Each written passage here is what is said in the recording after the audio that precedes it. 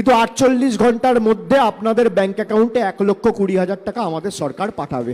75,000 কোটি টাকা খরচা করে যদি আমরা লক্ষ্মীর ভান্ডার দিতে পারি, তাহলে আগামী দিন প্রয়োজন হলে তোমাদের কোনো সাহায্য ছাড়া রাজ্য নিজের পায়ে দাঁড়িয়ে 50,000 কোটি টাকা খরচা করে বাংলার সবাইকে বাড়ির ব্যবস্থা করার জন্য ডাইরেক্ট ব্যাংক ট্রান্সফার করে তাদের অ্যাকাউন্টে টাকাও পাঠাতে পারে।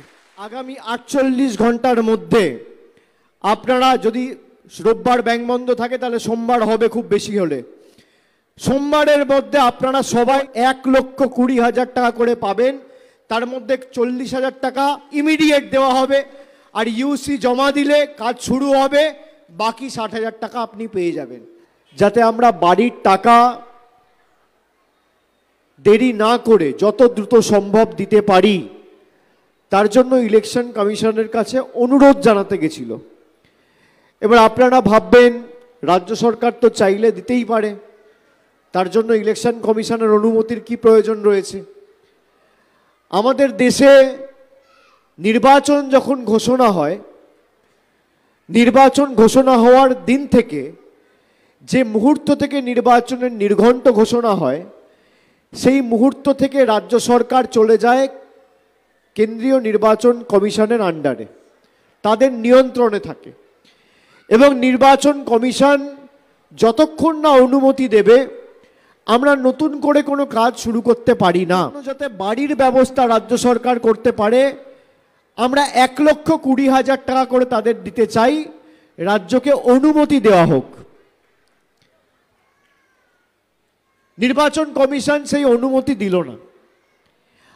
এই দাবি নিয়ে 10 জন তৃণমূলের প্রতিনিধি দল দিল্লিতে গেল এবং নির্বাচন কমিশনের ফুল বেঞ্চের সাথে বৈঠক করে তাদেরকে অনুরোধ করলো যে বাংলার মানুষের, গরিব মানুষের ঝড়ের কারণে যাদের বাড়ি ভেঙে গেছে তাদের টাকা ছাড়বে রাজ্য সরকার, আপনারা অনুমতিটা দিন।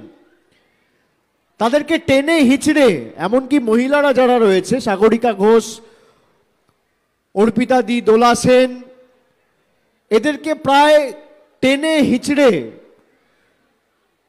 চুল ধরে হাত ধরে টেনে হিচড়ে পুলিশের ভ্যানে তুলেছে। গরিব মানুষের টাকা কি করে বন্ধ করা যায়, একমাত্র ষড়যন্ত্র এবং লক্ষ্য ছিল বিজেপির। আমি শুনছিলাম যে প্রায় 500 পরিবার এমন রয়েছে যাদের একদম ঘর বাড়ি তলানিতে মিশে গেছে। আমি আপনাদের আজকে কথা দিতে এসেছি, আমি আপনাদের কাছে ভোট চাইতে আসিনি। যারা এখানে আছেন এই কথাটা কেউ বলবে না আপনাকে, কোনো রাজনৈতিক দলের নেতা বলবে না, কর্মী বলবে না, এখানে সংবাদ মাধ্যম রয়েছে। আর যদি অনুমতি আপনারা না দেন, তাহলে প্রয়োজনে আমরা রাষ্ট্রপতির কাছেও যাব। আমরা নির্বাচন কমিশনকে লিখেছিলাম এবং আজকেও আমি আসার আগে রাজ্যপালকে চিঠি লিখে এসেছি যে গত 2 দিন আগে আসামে ভাইদের জন্য, মায়েদের জন্য, অসমিয়া ভাইদের জন্য, মায়েদের জন্য বিহু চলছে বলে বিহু উৎসবের আনন্দ উপভোগ করার জন্য আপনি প্রত্যেকটা বিহু কমিটিকে 1,50,000 টাকা করে দেওয়ার অনুমতি দিয়েছে। কে দিয়েছে? ইলেকশন কমিশন অফ ইন্ডিয়া, ভারতবর্ষের নির্বাচন কমিশন। আর অন্যদিকে বাংলায় যাদের ঘর বাড়ি ঝড়ে তলানিতে মিশিয়ে গেছে তাদের টাকা বন্ধ করে রেখেছেন, আপনি অনুমতি দিচ্ছেন না। এই বৈষম্য চলবে না, এই বৈষম্য চলবে না। আমি আজকে চিঠি লিখে এসেছি যে আপনি এটা ইমিডিয়েটলি টেক আপ করুন।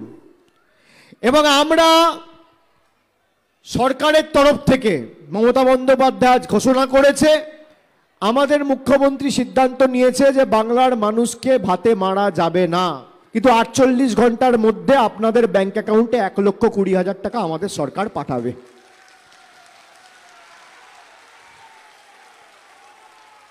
আমরা মানুষের জন্য কাজ করতে বদ্ধপরিকর।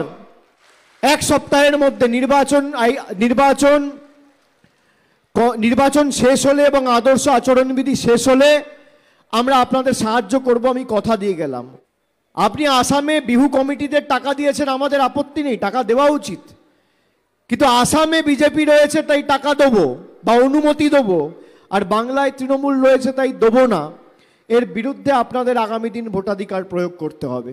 পাকা বাড়ির ব্যবস্থা করেছে, উল্টে মানুষের 100 দিনের টাকা বন্ধ, রাস্তার টাকা বন্ধ, জলের টাকা বন্ধ, বাড়ির টাকা বন্ধ। বিজেপি নেতারা বলছে যে বাড়ির টাকা তো মোদিজি পাঠিয়েছে, তৃণমূল দেয়নি। মায়েরা শুনে রাখুন, ভাইয়েরা শুনে রাখো, এখানে ক্যামেরা রয়েছে, আমি সবার সামনে জনসমক্ষে বলছি, এই মাঠে মিটিং করে গেলাম, আগামী 48 ঘন্টার মধ্যে যদি বিজেপি শ্বেতপত্র প্রকাশ করতে পারে যে 2021-এ বাংলায় হারার পর আর 17-18 থেকে আবাস প্লাসের যে সমীক্ষা বাংলায় হয়েছিল, বাড়ির জন্য 10 পয়সা ছেড়েছে, 10 পয়সা, আমি 10,000 টাকা বলছি না, 10,000 কোটি বলছি না, আমি 1 কোটি 2 কোটি বলছি না, 10 পয়সা, তাহলে আমি রাজনীতি থেকে চিরতরে বিদায় নেব। 10 পয়সা ছেড়েছে 2021-এ নির্বাচনের পর আপনার বাড়ির জন্য, এরা 1 পয়সা দেয়নি। রাজ্য টাকা দিতে চাইছে, নির্বাচন কমিশন অনুমতি দিচ্ছে না। ভারতবর্ষের প্রধানমন্ত্রী বলে না খাউঙ্গা না খানে দুঙ্গা। বিজেপির আসল মডেল কি? না খাউঙ্গা না খানে দুঙ্গা নয়, না ঘর বানাউঙ্গা না ঘর বানানে দুঙ্গা, না ঘর দুঙ্গা না ঘর দেনে দুঙ্গা। প্রধানমন্ত্রী আবাসের কথা বলবে, অন্ন বস্ত্র বাসস্থান, শিক্ষা স্বাস্থ্য কর্মসংস্থানের কথা বলবে। আজকে 100 কোটি টাকা ব্যয় করে নিজের কোষাগার থেকে খরচা করে রাজ্য সরকার টাকা দিয়ে এই প্রকল্পগুলো করেছে, কেন্দ্রের কোনো অবদান নেই। লক্ষ্মীর ভান্ডার যারা পাচ্ছেন, মমতা বন্দ্যোপাধ্যায় বছরে 25,000 কোটি টাকা খরচা করে লক্ষ্মীর ভান্ডার দিচ্ছে 2 কোটি 12 লক্ষ মায়েদের। এর মধ্যে 10 পয়সার কেন্দ্রের অবদান নেই। 3 বছর ধরে লক্ষ্মীর ভান্ডার আপনারা পাচ্ছেন, তার মানে কত খরচ হয়েছে? 75,000 কোটি।